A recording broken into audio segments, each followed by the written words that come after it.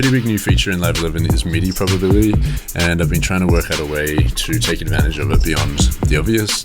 And I've worked out a way to use it for kind of controlling or firing off effects. The way that I've set it up is basically on a MIDI track here, I have the envelope MIDI effect device, which is mapped to the send on this drum track here. So every time a note plays in this pattern, the send amount increases on the drum track. Now with probability, I can make this occurrence happen less frequently or kind of more randomly, I guess. So playing around with the probability of these notes here.